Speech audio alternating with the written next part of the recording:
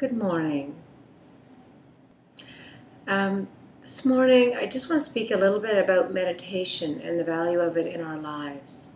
Most of our life is spent about accounting, showing what you've done, so we can put value on our life that way.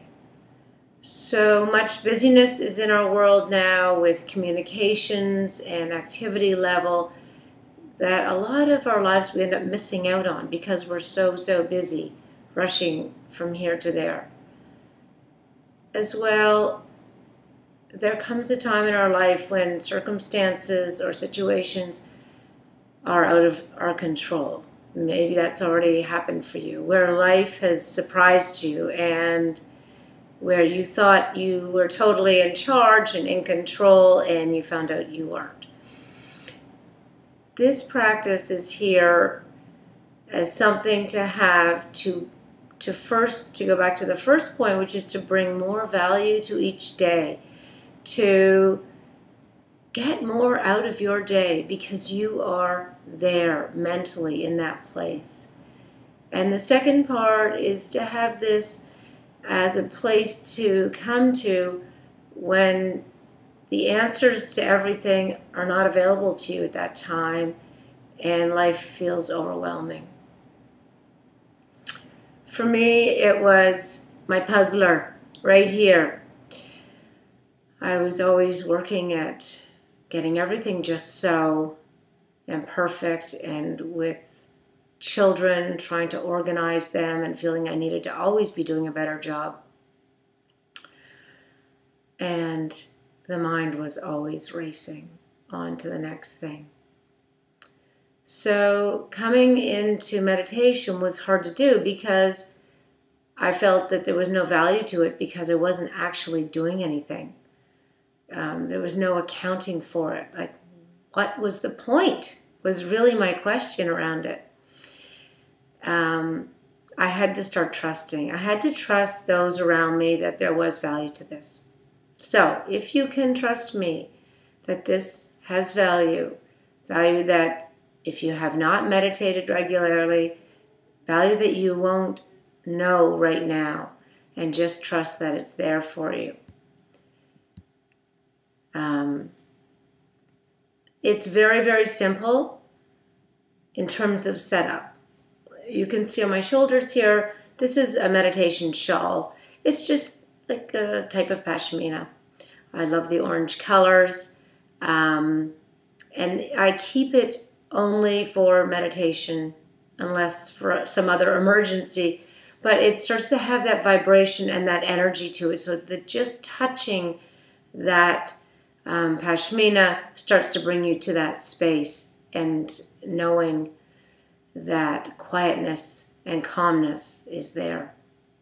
A candle, just a simple tea candle, just to bring in the light. Have the light to overwhelm the darkness that we all experience at different times. I keep a timer, especially when you're first starting. 5 minutes will seem like forever. I remember when I first started meditating, I thought I kept opening my eyes and looking at the clock and thinking someone had stopped it. I thought the timer was broken. So it really does feel like forever. I also have a pillow here, and I'm going to talk a little more about that, what I use it for. There's a blanket that I fold and put under me just so that only your sits bone, just your bottom, is sitting on the edge of the blanket, and then your legs are on the floor. It helps to keep the spine straight and allow that energy to move. And from there, when you first sit, the mind will race and you'll think, oh my gosh, I just remembered I didn't take the laundry out of the machine. I forgot to give so-and-so money. There are going to be a lot of things that are going to suddenly come up, and you're going to think, oh my gosh, I better stop and go and write this down. I better go and do that job. Take another breath. those things will be there. Those thoughts will come back to you at another time. Just trust that in this moment, the activity you need to do is non-activity. And just to know what it's like to have a thought come over you and you just sit with it. You don't actually act upon it. You just stay there.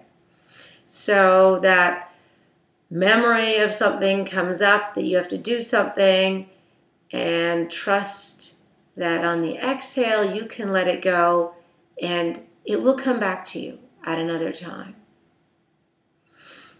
One of the breathing practices that really helps to bring you to the space is called Nadi Sudhi, or alternate nostril breathing.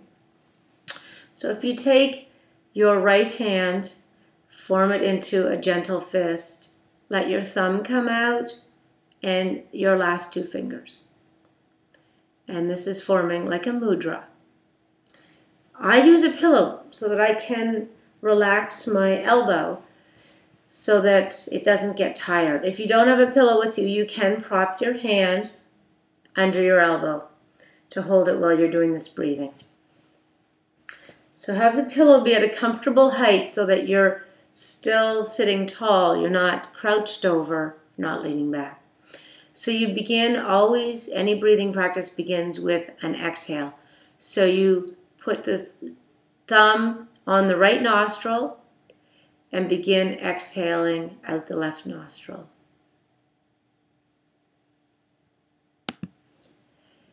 And then you inhale, still pushing on the right nostril with the thumb. Inhale through that left nostril. Stop. Don't exhale, don't inhale. Switch the fingers. The last two fingers now go on the left nostril. The thumb comes off and exhale out the right nostril. Inhale the right nostril. Hold the breath in. Switch the fingers. So we return to that first position. The thumb is on the right nostril. Exhale out the left. Inhale through the left nostril and then switch them again. So Nadi Sudhi breathing is something that balances the left and right sides of the body, of the brain, the mind. They also bring balance to all aspects of us. We're always out of balance. We're always being drawn one way or another. This brings it back. This breathing also helps you to understand where your own nasal passage is at. There'll be times when it will be hard to breathe through one side. Obviously, if it's dangerous, then allow yourself to breathe through both sides. But it will help you to understand if there's congestion in the respiratory area and the sinuses. It also brings a calmness to the mind.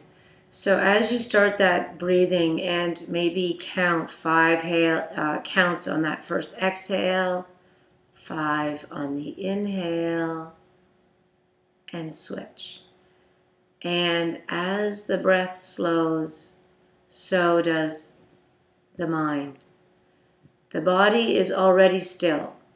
You are sitting and not moving. So allow that breath to start to calm the mind. And as you begin to distill within yourself.